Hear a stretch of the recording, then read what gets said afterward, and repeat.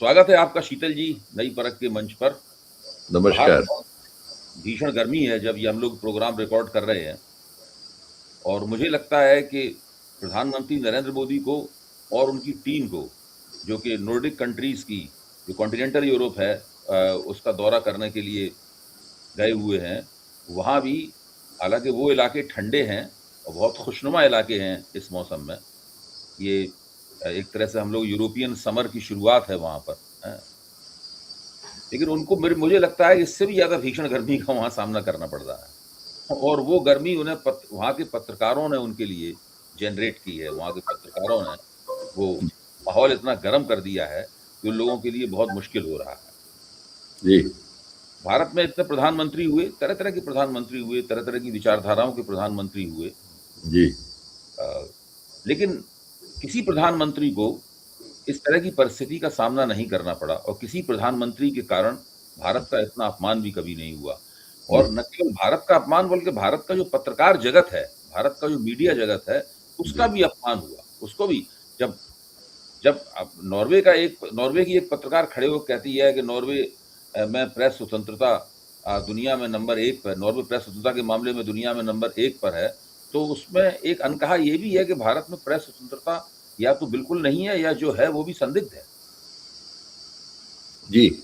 हाँ, तो उससे जो हेली लिंड ने जो सवाल उठाया वहाँ पर, जब प्रधानमंत्री अ, संयुक्त वक्तव्य के बाद जा रहे थे, उन्होंने कहा कि mister prime minister, are you not going to take few questions from us. प्रधानमंत्री इधर देखा भी नहीं, वहाँ चले गए। फिर एम्बेसी ने कहा कि भाई आपको सवाल पूछने हैं तो आप रेडिसन होटल में आके पूछ लीजिए, वहाँ हम प्रेस ब्रीफिंग आयोजित कर रहे हैं। वहाँ पहुंचे, जब वहाँ सवाल पूछना शुरू किया तो जो प्रेस ब्रीफिंग का नेतृत्व कर रहे थे जॉर्ज साहब, वो बिल्कुल भड़क गए। एम्बेसी की दफ्तर एम्बेसी में काम करते हैं, वो भड़क गए और तमाम पता नहीं क्या क्या कहने लगे। उन्होंने भी किसी सवाल का कोई जवाब नहीं दिया। तो आप सवालों का जवाब क्यों नहीं दे सकते हैं? भाषा आपके पास है, प्रधानमंत्री के पास तो चलिए भाषा नहीं है, उनके सामने दिक्कत होती है, वहाँ सवाल अंग्रेजी में पूछे जाते हैं, तो उनको या तो वो हिंदी में जवाब दें। तो सोचते हैं हिंदी में अगर जवाब देंगे तो भारत के अंग्रेजीदा लोगों पे हमारा रुतबा नहीं पड़ेगा। उससे मन में एक संकोच पैदा होता है कि हम दोयम दर्जे के आदमी माने जाएंगे। जो लोग अंग्रेजी नहीं बोल पाते, भले ही हिंदी के समर्थक हों, लेकिन अंग्रेजी न बोल पाने का अपराध बोध उनके अंदर होता है, बहुतों के अंदर। तो प्रधानमंत्री हमारे उनमें से एक। अब समस्या ये है कि जो जॉर्ज साहब थे, वो तो विदेश सेवा के लोग बंदे थे, उनके पास तो भाषा होती है, वो शब्द होते हैं, वाक्य होते हैं, वो बिना किसी को आहत किए हुए अपनी बात कह सकते हैं, और वो शिष्टता के साथ निकल सकते हैं। उन्होंने जो किया बिल्कुल अनावश्यक था। ऐसा लगता है कि भारतीय जनता पार्टी के प्रवक्ताओं की जो छूत है, मतलब वो विदेश सेवा के अधिकारियों को भी लगने लगी है। शीतल जी, आप इस पूरी घटना को कैसे देखते हैं? क्योंकि ये भारत के मीडिया संसार के ऊपर भी एक टिप्पणी है, और हमारे प्रधानमंत्री जब यूरोप जाते हैं, खास तौर से जो लोकतंत्र हैं, जहाँ पे प्रेस आज़ाद है, वहाँ पे वो जिस बुरी तरीके से फँसते हैं और भारत की बदनामी कराते हैं, उसके ऊपर भी एक टिप्पणी है। जी। देखिए, ये पहले प्रधानमंत्री हैं जो प्रेस का सामना नहीं कर पाते कहा जाए। भारत में भी नहीं करते वो। पहले वो खूब दहाड़ते थे जब वो मुख्यमंत्री थे और देश के लिहाज से विपक्ष में थे, उनका दल विपक्ष में था। लेकिन अब वो तब भी वो वैसे प्रेस में सामने इंटरव्यू वगैरह में कई बार प्रसंग है जिसमें वो प्रेस का सामना नहीं करते थे, या उसमें कुछ इस तरह की चीज़ करते थे जो आजकल वीडियो के तौर पर, क्लिप्स के तौर पर बहुत चलती हैं उनके बारे में। दरअसल उनमें एक जैसा लगता है इस सब से, जैसा हो सकता है कि इसके अलावा कुछ हो, लेकिन जो हमें लगता है वो सफलता तो उन्हें बहुत मिल गई है। चुनावी तौर पर भारत में बहुत सफल हैं। उन्होंने ऐतिहासिक नतीजे अपने दल के लिए और अपने लिए हासिल किए हैं। लेकिन उनमें एक हमेशा वो हीन भावना है जो आपने अभी कहा, हिंदी एहसास से बोलने कमतरी वाले है। जी। बहुत से लोगों में रहती है। और वो ये रहती कि जब अगर उन्हें अंग्रेजी नहीं आती, और दूसरी ओर उनका जो महिमा मंडन है, जो उनकी पूरी प्रचारशाला है, उसने उनके बारे में जो कुछ उनको बना के रखा हुआ है, उन दोनों में बहुत बुनियाद का अंतर है। उनके मामले में ये तो सही है कि बहुत सारी चीज़ें मिथक है।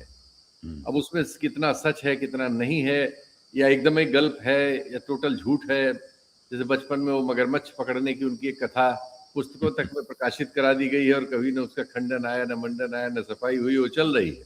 और बहुत सारे हमारे देश में मूर्खों का एक बहुत कमाल का रेवड़ है, जो किसी भी चीज़ को निगल सकता है और उसको स्वीकार कर सकता है, तो वो तो कुछ भी स्वीकार कर लेता है। तो पेड़ वडनगर के तालाब में दूर-दूर तक मगरमच्छों का कोई ताल्लुक नहीं, कभी नहीं रहा। जी। यहाँ तक जाने की कहाँ आवश्यकता उनको सबको है। हुँ, एक मूर्ख जो अपने को पत्रकार कहता है, कल उसने उनकी प्रशंसा में एक ट्विटर पे लिख दिया था, इतने पुरस्कार तो कभी किसी राजनेता को दुनिया में नहीं मिले, टाइप कुछ प्रशंसा में लिखा था। तो हुँ, मैंने उसके नीचे इसको चैट जीपीटी को कहा कि भाई दुनिया में इस तरह के पुरस्कार मिलने के बारे में तुम्हारी क्या समझ है? तो हुँ, उसने एक बड़ा लंबा लेख भेज दिया। तो मैंने कहा लेख की मुझे ज़रूरत नहीं है। हुँ, मुझे तुम बुलेट पॉइंट्स में बताओ कि दुनिया में और कौन-कौन से नेता रहे हैं, ये है, वो है। तो उसने हुँ, उसकी भी एक लिस्ट दे दी, उसमें भारत के भी 2 लोगों के नाम थे, नेहरू जी और इंदिरा गांधी, और बाहर के थे ही। तो मैंने कहा अच्छा तुम इसका एक चार्ट बना दो, मुझे ट्विटर पे लगाना है। तो हुँ, खैर उसने बेचारे ने एक पोस्टर बना दिया। तो वो पोस्टर मैंने उनके कमेंट के जवाब में लगा दिया। हुँ, उसमें क्वीन एलिजाबेथ को तो शायद 250 से भी ज़्यादा बार पुरस्कार दुनिया भर ने दिए हैं। सब हुँ, गुलाम थे तो सब पुरस्कार ही देते थे। हुँ, हुँ, और नेल्सन मंडेला को और हाँ, नेल्सन मंडेला को 250 से ज़्यादा पुरस्कार मिले हुए हैं। दुनिया के सारे सर्वश्रेष्ठ पुरस्कार उनको मिले हुए हैं। हुँ, वो ओबामा को बहुत मिले हुए हैं, नेहरू जी को मिले हुए हैं, इंदिरा गांधी को मिले हुए हैं। और उसमें फिर उसने व्याख्या भी लिखी। उसने कहा ये सब तो ये बिजनेस होता है, हुँ, दुनिया जो है आपको पटाने के लिए ये सब करती है, तो मार्केटिंग गिमिक है, ये सब भी लिख दिया उसने। जी, हमने कहा चलो इसको तुम सरल भाषा में कर दो, तो मैंने हुँ, उनके यहाँ लगा दिया। तो इतने प्रचंड मूर्ख निकले कि उसके बाद कह रहे हैं कि मुझे इन आंकड़ों पर विश्वास नहीं है। हुँ, मैंने उसके नीचे विकिपीडिया से वो नेल्सन मंडेला को ज्यादा चैलेंज कर रहे थे कि वो तो जेल में रहे थे, उनको इतने पुरस्कार कहाँ से मिल गए। तो हुँ, मैंने विकिपीडिया की कॉपी वहां लगा दी कि भाई लो हुँ, पढ़ो लिखो, कुछ क्या बताया जाए। लेकिन यही भारतीय पत्रकार है, हुँ, और ये लोग देश को बताते हैं, हुँ, समाज को बताते हैं। इसीलिए हम 157वें नंबर पर है। हुँ, वो उस महिला ने ट्वीट भी किया, वो जिसका आप नाम ले रहे हैं, वो क्या नाम है उसका, याद नहीं आ रहा मुझे। जी, हाँ, जी, तो उसने एक ट्वीट किया बाकायदा। उस ट्वीट में लिखा कि ये नॉर्वे नंबर 1 है दुनिया में और भारत 157वें पर है। हुँ, और क्यों है ये मेरी समझ में आ गया। हुँ, और उस ट्वीट को फिर मतलब वो तो अब लाखों में चला गया, करोड़ों में जा रहा होगा या पहुंच गया होगा, पता नहीं। हुँ, तो उस पर मैंने भी फेसबुक पे पोस्ट लिखी। तो हुँ, भारत में तो ये तो सही है कि मोदी जी के ज़माने में डिटेरिएशन चीज़ों का, जिसमें हुँ, सबकी स्वतंत्रता और हमारी स्वतंत्रता और देश में लोकतंत्र शामिल है, हुँ, इतना तेज और इतना खतरनाक पतन हुआ है कि वापसी संभव ही नहीं है। हुँ, और हम इसी तरह से मजाक के पात्र ही बन सकते हैं जो हम बने। हुँ, दुनिया के उन देशों में गए जो लोकतांत्रिक तौर पर सर्वश्रेष्ठ हैं। हुँ, मुझे इसको कहने में कोई हिचक नहीं है कि स्कैंडिनेवियाई देश जो है, वो दुनिया में जो भी लोकतांत्रिक प्रणाली है, उसमें सर्वश्रेष्ठ व्यवस्था उन सबके यहाँ है। तो उनके यहाँ तो उससे पहले जो नीदरलैंड ये गए थे, तो नीदरलैंड के प्राइम मिनिस्टर से तो वहाँ की प्रेस ने पूछ लिया था कि आपने इनसे पूछा कि नहीं पूछा हुँ, कि क्या नाम है, इनके यहाँ प्रेस स्वतंत्रता का ये हाल क्यों है और अल्पसंख्यकों के खिलाफ इस तरह का वहाँ दमन चक्र क्यों चल रहा है। हुँ, तो उन्होंने कहा नहीं हमने पूछा है। हुँ, बाद में भारत में सफाई उसकी दी गई कि नहीं नहीं प्रधानमंत्री से ऐसी कोई बात नहीं हुई। हुँ, अरे बात हुई नहीं हुई इसका क्या जवाब है, ये बताओगे कभी? हुँ, और कल जो हुआ, जो आपने सही कहा, प्रेस अटैची जो बैठे थे हुँ, सज्जन, क्या मतलब, लेकिन अब इस दौर में कुएं में भांग ही पड़ी हुई है। वो 1947 में हमने संविधान बनाया और हमने महिलाओं को पहला वोटिंग राइट दिया और ये सब गल्प गाता रहा बड़ी देर तक। हुँ, वो लड़की बार बार पूछती रही कि मैं पूछ ये बताओ कि प्रधानमंत्री जवाब क्यों नहीं देते सवालों का। हुँ, तो जवाब क्या देता वो। तो कुल मिला जुला के हमारे दूतावासों का तो अब हाल ये हो गया है, हुँ, क्योंकि थोड़े बहुत प्राइवी हूँ मैं चीज़ों का, आप भी हैं, हम सब लोग हैं, ये सारे दूतावासों को बीजेपी के दफ्तर में तब्दील कर दिया गया है। हुँ, उनके काम ये है कि जब प्रधानमंत्री जाए वहाँ, और न भी जाए तब भी, इंडियन डायस्पोरा में जो बीजेपी समर्थक हों उन लोगों को संपर्क में रखिए। और कभी किसी देश में प्रधानमंत्री जाए तो वहाँ ढोल तमाशा करने के लिए ले जाइए उनको, उनसे नारे वारे लगवाइए। कुछ हमारे जो राष्ट्रीय पर्व हैं उन सब पर कोई कार्यक्रम हो तो उसमें से मोदी जी को सर्वश्रेष्ठ बताइए। और इस तरह की क्लिप्स एएनआई को प्रोवाइड कराइए, एएनआई देश में बताए, देश के टीवी देश को बताएं, और सब मिलके इस देश को मूर्ख बनाएं। ये जो योजना है इसको सफल करने में हमारे सारे दूतावास बहुत ही मतलब बेशर्मी से लगे हुए हैं, और इसमें इतनी कथाएं हैं कि उन सब का वर्णन करने पे एक दो क्या कई कार्यक्रम उसमें जा सकते हैं, क्योंकि आजकल तो उन लोगों को झंडी उंडी लगाने तक में इस्तेमाल किया जाता है, जो पॉलिटिकल काम है। तो खैर, तो ये जो हुआ, इसने फिर एक बार, इसके पहले जब ट्रंप साहब के सामने एक बार पड़ गए थे मोदी जी, और वहां प्रेस ने एक सवाल पूछ लिया था, वो वीडियो भी आज चल रहा है, और हमारे प्रधानमंत्री जी लगभग हकलाने लगे थे, और फिर वो भी अतीत में चले गए थे कि भारत तो वसुधैव कुटुंबकम। अब बताइए, सवाल हो रहा है की आजादी पर आप वसुधैव कुटुंबकम और वेद में क्या लिखा है और पुराण में क्या लिखा है ये बताने लगी है। तो वो ट्रंप समझ गए थे, तो ट्रंप ने क्वेश्चन लेके अपना रिप्लाई दे दिया था उस समय, वो वीडियो भी मौजूद है। तो हमारे प्रधानमंत्री जी की योग्यता के बारे में हमारा मूर्ख रेवड़ मंडल चाहे जितना अनभिज्ञ हो, दुनिया दुनिया उनके बारे में जानती है।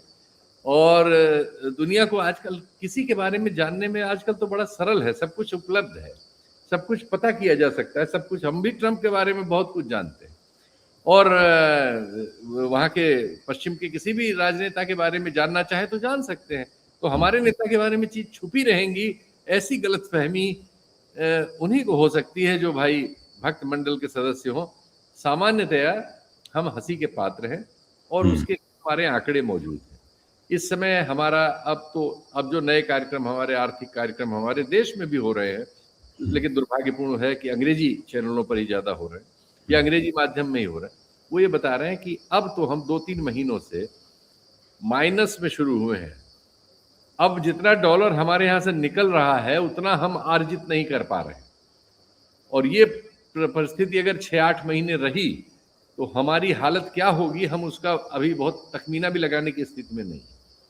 और कठिनाइयां तो हमारी बहुत विकराल आने वाली हैं, जो मोदी जी एक तरह से बोल के यहाँ से गए ही थे। सोना मत खरीदो, विदेश मत जाओ, खाना कम खाओ, तेल कम लगाओ, घी कम खाओ, इत्यादि इत्यादि जो उसमें था, वो सब परिस्थिति का बयान करने के लिए काफ़ी है, और आंकड़े उस पर रोज एक एक नई नई तह लगाते जा रहे हैं। तो कुल मिला जुला के इस दौरे में जो भी प्रधानमंत्री जी ने सोचा हो और जो भी उनका हासिल रहा हो, स्कैंडिनेविया से हमारा कोई बहुत व्यापार नहीं है। एक ज़माने में तो था, जब वो स्वीडन वाली वो फोर्स गन का सवाल आया था, वो सब भी दिन बीत गए। तो अब वो नए सिरे से वो भी चाहते थोड़ा बहुत बाजार उनको भारत में मिले, सबको मिल रहा है तो भारत को क्यों ना मिले। तो जाहिर है कि वो स्वागत वागत करेंगे ही, पुरस्कार भी दे देंगे कि भाई बाजार दो, पुरस्कार लो। तो ये तो खैर एक व्यापार है, वो कर रहे हैं। लेकिन अदरवाइज हमारी प्रतिष्ठा का जहाँ तक सवाल है, वो आपने जो इंट्रो में कहा, उससे असहमति करने का मेरे पास कोई तर्क नहीं है, बल्कि मैं उसमें सहमति में ये और कह सकता हूँ कि उससे भी ज्यादा गई गुजरी प्रतिष्ठा हमने अर्जित कर ली। देखिए, अब जैसे आपने डोनाल्ड ट्रंप का जिक्र किया, तो डोनाल्ड ट्रंप जो अमेरिका में, एक तो मीडिया के 2 हिस्से हैं अमेरिका में। एक वो हिस्सा है जो कि पूरी तरीके से डोनाल्ड ट्रंप के पक्ष में है, और दूसरा हिस्सा वो है जिससे डोनाल्ड ट्रंप की रनिंग बैटल लगातार जद्दोजहद होता रहता है। डोनाल्ड ट्रंप प्रेस कॉन्फ्रेंसेस में खड़े होकर कहते हैं यू आर फेक मीडिया वगैरह वगैरह, ये सब कहते हैं। उनको प्रेस कॉन्फ्रेंस चले जाने के लिए कहते हैं। लगातार ये विवाद होता रहता है। अच्छा, भारत जो है वो इस मामले में एक नए चरण में पहुंच गया है। यहाँ प्रेस कॉन्फ्रेंस ही नहीं होती है प्रधानमंत्री की, क्योंकि प्रधानमंत्री ऐसी कोई प्रेस कॉन्फ्रेंस करते नहीं है। पत्रकार तो अपनी तरफ से प्रेस कॉन्फ्रेंस आयोजित नहीं कर सकते हैं प्रधानमंत्री की, तो प्रधानमंत्री कहाँ है। अब ये जिस तरीके से इसको किया गया है, इसका एक छोटा सा इतिहास है, और वो इतिहास ये है कि जब प्रधानमंत्री गुजरात में मुख्यमंत्री बने, उसके तुरंत बाद ही वो मुसलमानों के खिलाफ 2002 में एक बड़ा संहार हुआ, एक तरफा संहार हुआ मुसलमानों का। इसको दंगा कहना गलत है। एक तरफा मुसलमानों तो हिंदुओं को मारा नहीं था उस कार्यक्रम, उस पूरे प्रोग्राम में, मतलब। तो तो उसमें मीडिया ने बड़े पैमाने पर उसको कवर किया, राष्ट्रीय मीडिया ने, गुजराती मीडिया ने बहुत कवर किया। उससे प्रधानमंत्री की छवि बहुत खराब हुई। इनका यूएस ने इनका वीजा छीन लिया, और वो बहुत इनकी छवि बहुत खराब हुई। तब से ये इनको मानना था कि अगर भारत में सफलतापूर्वक आपको राजनीति करनी है तो मीडिया के एरिया को कैप्चर करना बहुत जरूरी है। जैसे ही ये प्रधानमंत्री बने, इन्होंने उसके लिए हाथ पांव मारना शुरू किए, टटोलना शुरू किया कि मीडिया कैसे कैप्चर किया सकता है। शुरू में विधियां नहीं पता थी मीडिया कैप्चर करने की, इसलिए उन्हें थोड़ी देर लगी। लेकिन जब इनकी समझ में आ गया तो इन्होंने एक ग्रुप ऑफ मिनिस्टर्स बनाया। ग्रुप ऑफ मिनिस्टर ने कई 7-8 मीटिंगें की बड़ी बड़ी, और इनको एक रिपोर्ट दी, और उस रिपोर्ट में उन्होंने पूरा प्रोटोकॉल बताया कि मीडिया को कैसे कैप्चर किया जा सकता है, और उस पे अमल करते हुए मीडिया को बाकायदा कैप्चर किया गया, और साल डेढ़ साल के अंदर यानी 2019 तक आते-आते, उससे कुछ पहले ही भारत का मीडिया जो है वो 100% कैप्चर हो गया। अगर सोशल मीडिया ना होता, तो कुछ भी नहीं होता, मैं आप समझ लीजिए। अगर सोशल मीडिया ना होता तो आज की तारीख में कुछ भी नहीं होता। अब इसमें कोई अपवाद नहीं रह गया है इसके अंदर। हालत एंकरों की हालत ये है, कुछ को मालिकों के ज़रिए कैप्चर किया गया, कुछ को लोगों के ज़रिए कैप्चर किया गया, कुछ को विचारधारात्मक तरीके से हिंदुत्व के दावे से कैप्चर किया गया, किसी को डरा धमका के कैप्चर किया गया। जो नहीं कैप्चर हुए उनको फ़ोन करके बाकायदा मालिकों के दबाव में, मैनेजमेंट के दबाव में नौकरी से निकाल दिया गया। हम उन पत्रकारों के नाम जानते हैं, हम चाहें तो अभी इनको कह भी सकते हैं, हमारी उंगलियों पे है उन पत्रकारों ना, वो सब बड़े पत्रकार हैं। तो वो इस तरीके से अब सब कुछ, अब हालत तो ये है कि ये लोग अपनी प्रस्तुतियों में भी सरकार का और मोदी जी का यशोगान करते रहते हैं, और जब घर जाते हैं तो अपने खाली समय में इन्हें जो रीलें और ट्वीट्स थमाए जाते हैं मोदी जी के प्रचार तंत्र द्वारा, ये उनको फॉरवर्ड करते रहते हैं। ये सुबह सोने से पहले ये काम करते हैं, और सुबह पॉटी में बैठ के भी यही काम करते हैं ये लोग। और ये इनकी स्थिति है इन तथाकथित पत्रकारों की।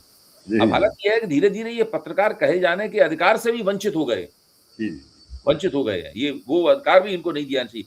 तो इस तरह का मीडिया कैप्चर दुनिया में और कहीं उपलब्धि नहीं है। ये भारतीय लोकतंत्र की एक विशेषता है, जो कि यहाँ पर निकल कर आई है इस तरीके से।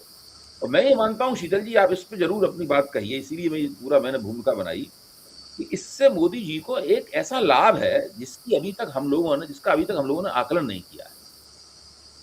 एक तो व्यक्ति वगैरह लाभ है, वो तो है ही, मतलब दूसरे ये है कि उनकी सरकार की कमियां जो कि अनंत हैं, और बहुत खराब किस्म की सरकार चला रहे हैं, जिसमें कोई गवर्नेंस नाम की कोई चीज नहीं है, भ्रष्टाचार बहुत है।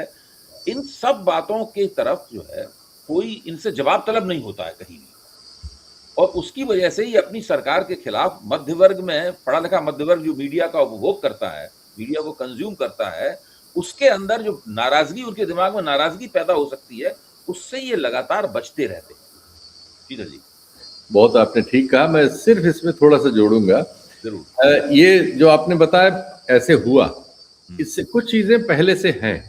देखिए, हमारे यहाँ चूंकि सामाजिक जो विभाजन है हजारों साल से, हमारे यहाँ जो भी प्रिविलेज्ड पोजीशंस रही, चाहे ब्यूरोक्रेसी रही, चाहे मीडिया रहा, चाहे जुडिशरी रही, चाहे पॉलिटिक्स ही रही, इस सब में हमारे जो जाति के आधार पर विभाजित समाज है, उसमें सवर्ण जातियों को इसमें पहले मौका मिला, क्योंकि उनके पास पहले शिक्षा पहुंची, उनके पास पहले मौके पहुंचे, और इसलिए उनको ये चीज़ आज़ादी के बाद और आज़ादी के पहले भी और आज़ादी के बाद तो बिल्कुल खुला मैदान मिला कि उन्होंने इस स्थिति का लाभ उठाते हुए इसमें अपने अपने कोकून फिट करके इस पर पहले से ही कब्जा उन्होंने कर रखा था। इससे फायदा दक्षिण पंथ को ये हुआ, क्योंकि जो इसमें लोग गए, क्योंकि वो प्रिविलेज कम्युनिटी से थे, तो जो प्रिविलेज्ड सवाल थे, राजा रानियों के सवाल थे इस देश में, धर्म के जो ऐसे सवाल थे, खान पान के सवाल थे, जो इन सब चीज़ों के बारे में अपना एक कंजर्वेटिव अप्रोच बचपन से लेके उसी में ग्रो हुए थे, और उसके बाद एक उनके सामने एक और बड़ा सवाल आ गया, चूंकि साधन कम थे, देश गरीब था, कम लोगों को मौके मिल सकते थे, तो उसमें एक आरक्षण की व्यवस्था आई।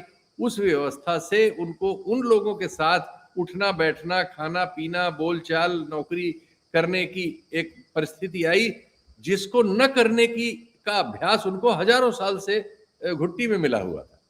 तो उसकी वजह से एक बिना कहे हमारे यहाँ दक्षिण पंथ के लिए एक समर्थक वर्ग जुडिशरी में, मीडिया में, ब्यूरोक्रेसी में और पॉलिटिक्स में अपने आप सृजित होता रहा। इसलिए जब जब ऐसे आंदोलन इस देश में हुए जो कांग्रेस के विरुद्ध थे हमेशा, उन आंदोलनों में मीडिया बहुत क्रांतिकारी हमें नजर आता है भारत का। और हम 77 की बात करें, 89 की बात करें, या 12 की बात करें, 2012 की, अन्ना आंदोलन की, इन तीनों दौर में जो मीडिया का रोल क्रांतिकारी हमें दिखता है, वो उसमें बहुत सारा कारक ये सब था। और मोदी जी ने जब वो आपने उनका रेफरेंस बिल्कुल सही बताया, उस नरसंहार के दौर में 2002 के बाद जो उनकी छवि दुनिया में बनी, भारत में भी बनी, यहाँ तक कि उन्हीं के दल में उनके जो उस समय प्रधानमंत्री थे अटल जी, वो भी इस राय के थे कि ऐसी स्थिति में उनको उस पद पर नहीं रहना चाहिए। लेकिन अडवाणी जी वगैरह, जैसा आजकल बहुत सारी किताबों में और व्याख्यानों में ये सब आ चुका है कि अडवाणी जी की वजह से वो वहां बचे रहे। उसके बाद उन्होंने अपने उस परिस्थिति का जो गुजरात में के मुख्यमंत्री होने के नाते उनके पक्ष में थी, यानी हमारे उद्योग जगत में भी जातियों का बड़ा रोल रहा है। पहले हमारे उद्योग जगत पे मारवाड़ियों का कब्जा था, लेकिन कलकत्ते से बंबई शिफ्ट होने के बाद जब हमारे उद्योग कलकत्ते से भगे, वहां कम्युनिस्ट आंदोलनों वगैरह की गति देखकर, और बंबई में शिफ्ट हुए, तो गुजरात से जुड़ा होने के नाते गुजराती व्यापारियों ने उस पर धीरे धीरे उनकी सफलताएं उससे आगे बढ़ गई और मारवाड़ी पीछे रह गए। तो गुजराती व्यापारियों के समूह में मोदी जी ने एक या उनको उनके जो भी योजनाकार थे, उन लोगों ने उस समय तक एक अमेरिकन एजेंसी ऐपको नाम की हायर कर ली थी 2006-7 में ही, जिसको बाहर टोरेंट नाम की कंपनी कहा जाता है। अभी मेरे पास तथ्य नहीं है। जो इनकी दोस्त है, उसने बाहर उसके लिए अरेंजमेंट्स वगैरह किए पैसे वैसे देने के, और उसने भारत में आके मोदी जी के महिमा मंडन का पूरा प्लान किया। तो उसने पहले 2009 तक के चुनाव का इंतजार किया, लेकिन आईटी सेल्स वेल्स और इनके सोशल मीडिया अकाउंट्स इन सबको उसने तभी सृजित कर लिया था। और उसके बाद उसने जब 2009 में अडवाणी जी नहीं जीत पाए, तो इनका दावा यह हुआ कि अब तो प्रधानमंत्री के पद के लिए मोदी जी को दावेदार बना के पेश किया जाए। और फिर उन्होंने वाइब्रेंट गुजरात नाम की घटनाएं हर साल शुरू की, जिसमें सिर्फ कारपोरेट्स को बुलाते थे। और उसमें सबसे पहले 2011 में अनिल अंबानी ने ये नारा दिया कि ये तो प्राइम मिनिस्टर मटेरियल है, और मोदी जी ने उसको बाहों में भर लिया स्टेज पर, और वहाँ टाटा वाटा सब मौजूद थे। और वहां से ये कैंपेन शुरू हो गया हमारे कारपोरेट जगत से कि ही इज द मतलब ये प्राइम मिनिस्टर मटेरियल, राजा हो तो ऐसा हो, राजा हो तो ऐसा हो। और फिर हमारे मीडिया में जो पहले से ही बीजेपी को ही चाहता था, तो उस समय अन्ना आंदोलन हुआ, तो उसने अन्ना आंदोलन के जरिए कांग्रेस की धुलाई शुरू की, और वो धुलते धुलते मामला यहाँ गया कि प्रधानमंत्री कैसा हो, मोदी जी जैसा हो। और मोदी जी को उसने स्वीकार कर लिया था एक्चुअली 13-14 में, भले ही वो हथियार के तौर पे उस तरह से डेवलप नहीं हुआ जो आपने बताया कि आने के बाद उसको फैसला करके किस तरह से किया गया, लेकिन वो समर्थक तो बन चुका था और उसमें ये सारे तत्व शामिल थे। उसके बाद जब वो वक्त आया तो उन्होंने बिल्कुल देखा, और उनके बहुत से नेताओं ने कहा है कि हमने इन्हें झुकने के लिए कहा था तो रेंगने लगे। हमारा मीडिया अपने आप उनके चारणों में बदल गया, और अब तो वो कटखना अल्सेशियन है सरकार की ओर से, जो जनता को काटता है, सवालों को काटता है, विपक्ष को काटता है, और किसी भी किस्म के प्रतिरोध को खुद ही नेस्तनाबूद करने के लिए आप कह सकते हैं कि मोदी जी की एक ब्रांच के तौर पे उनकी जो बहुत सारी शाखाएं हैं उनके काम के लिए, उसमें से उसने अपने को एक शाखा, एक डिपार्टमेंट है वो, जो डिपार्टमेंट मिस इन्फॉर्मेशन और इल्यूजन और अपने नेता की रक्षा करना, विपक्ष पे हमले करना, विपक्ष को एकदम नेस्तनाबूद करना, उसमें षड्यंत्र करना और पार्टी तोड़वाना और इस सब के तर्क गढ़ना, ये सब काम कर रहा है। वो एक बड़े पैमाने पे कर रहा है। और आपने बिल्कुल सही कहा कि इसका तो ढंग से मूल्यांकन ही नहीं हुआ कि मोदी जी की जो सफलताएं हैं, राजनीतिक सफलताएं, उसमें इस पूरी प्रणाली का कितना हाथ है। और मैं आपसे सहमत हूं कि मैक्सिमम हाथ इसका है, क्योंकि ऐसी प्रणाली दुनिया में इसके अंश मौजूद हैं, इस जैसे कुछ टुकड़े मौजूद हैं, किसी में कुछ सिमिलरिटी मिलती है, किसी में कुछ, लेकिन एक कंप्लीट पैकेज जो भारत के मीडिया का है, ऐसा किसी प्रधानमंत्री को या किसी राजनेता को दुनिया में इतना सुसंगठित और इतना प्रतिबद्ध और इतना सक्सेसफुल मौजूद नहीं है। ये असाधारण है। अच्छा, इसमें एक और बात, जैसे कि जिस तरह से कांग्रेस की सरकार को 2014 में अपदस्थ किया गया, और उससे पहले पूरा 1-1.5 साल तक उसके खिलाफ 2011-12 से ही माहौल बनना शुरू हो गया था, और मेरे जैसा व्यक्ति भी उसमें शामिल था। मतलब मुझे लगता था ये सरकार भ्रष्ट है। मैं भी विरोध वो राय द्वारा दी गई जो रपटें थी, मतलब जो है उन रपटों के जरिए मैं मानता था कि ये सरकार जो है भ्रष्ट है, इसने बहुत बड़े पैमाने पर घोटाले किए हैं। हो सकता है इस रपटों में कुछ थोड़ा बड़ा चढ़ा के हो, लेकिन फिर भी कुछ कितना कम करोगे तो कितना कम होगा। दूसरे कांग्रेस के जो लोग थे वो काफी हेकड़ी के साथ पेश भी आते थे, तो उससे भी बड़ी हम लोगों को चिढ़ होती थी कि इन लोगों को सबक सिखाना बहुत जरूरी है। तो हम लोगों को नहीं पता था कि हम लोग दरअसल राष्ट्रीय स्वयंसेवक संघ भारतीय जनता पार्टी और कुल मिलाकर एक कारपोरेट मिलाकर एक दक्षिणपंथी साजिश के अनजान मोहरे बने हुए हैं। हम ऐसे मोहरे बन गए हैं जिनके बारे में हमें बहुत बाद में पता चला कि दरअसल हमारा जो गैर कांग्रेस विरोध था, जो डॉक्टर लोहिया के जमाने से चला आ रहा था, मतलब जो है जो कांग्रेस विरोध था, गैर कांग्रेसवाद की राजनीति जिसमें पले पगे थे और जिससे हमारा राजनीतिक मानस बना था, उसके कारण हम लोगों ने सब ये किया। इस सब का इन लोगों ने लाभ उठाया और अब ये लगता है कि मीडिया में 77 के दशक में 70 के दशक में जब जनता पार्टी की सरकार बनी थी, इसका जनसंघ सदस्य था और लाल कृष्ण आडवाणी सूचना एवं प्रसारण मंत्री थे, उसी वक्त इन्होंने मीडिया में अपने लोगों को प्लांट करना शुरू कर दिया था। तो मीडिया में ये लोग जो इनके प्लांट थे, उन लोगों ने भी इसके अंदर महत्वपूर्ण भूमिका निभाई और इन तथाकथित क्रांतियों में मीडिया की जो भूमिका थी, मतलब जो है वो भूमिका बहुत प्रभावी साबित हुई। उस मुल्क को एक दक्षिणपंथी शिफ्ट देने में इन सब लोगों का एक देखा जाए तो मिली-जुली साजिश के तौर पर ये लोग सामने आते हैं। आश्चर्य होता है ये देख के, जब हम सिंहावलोकन करते हैं और पीछे मुड़ के देखते हैं कि हमने जो वक्त गुजारा, खासतौर से 80 का दशक, उसके बाद 90 का दशक, राम जन्मभूमि आंदोलन को जिस तरीके से मीडिया ने हाथों हाथ लिया, बहुत बड़े पैमाने पर उसका समर्थन किया गया राम जन्मभूमि आंदोलन का। हिंदी मीडिया ने तो बहुत सख्ती समर्थन किया। अंग्रेजी में भी बहुत लोग थे उसका समर्थन करने वाले। अंग्रेजी में दूसरी खबरें भी छपती रहती थी, लेकिन कुल मिलाकर रुख सबका समर्थन की ही तरफ था। इस तरह करके वो लोग अपने आप को समाजवादी कहते थे, उनको बदनाम किया गया, जिनको सामाजिक न्यायवादी कहते थे उनको बदनाम किया गया और कुल मिलाकर एक जमीन धीरे धीरे करके साफ की गई, जिसमें ये वृक्ष लगा हुआ है और जिस वृक्ष को हम लोग नरेंद्र मोदी और उनकी सत्ता कहते हैं, वृक्ष लगा हुआ है और हम लोग उस वृक्ष के जहरीले फल खाने के लिए अभिशप्त हैं। ये स्थिति है। शीतल जी। बिल्कुल, आपने अपने आप ही इसको इस पूरे प्रश्न में ही इसके उत्तर भी दे दिए। बिल्कुल, ये एक्चुअली ये हमें देखने को बहुत खुले तौर पर तभी मिला जब 90 से 92 के बीच की घटनाएं, हमारे पिछली सदी के आखिरी में जो घटनाएं घटी हैं, कैसे एक सरकार बनी, उसको वाम और दक्षिण दोनों कांग्रेस विरोध के नाम पे सपोर्ट कर रहे थे और ये चकमा खाने की वृत्ति जो है आज से नहीं है, ये पहले से हुई है। इसमें वाम दक्षिण सब शामिल रहे। खैर दक्षिण तो इससे लाभार्थी रहा, वामपंथी दल भी इसके सबके शिकार हुए। मुझे याद है कि ये जो राय वाली जो रिपोर्ट थी, ये 2G वाली और कोयला घोटाले वाली, 2G वाली रिपोर्ट सीताराम येचुरी के जरिए पहले मीडिया में गई है। पहली चिट्ठी सीताराम येचुरी ने लिखी है।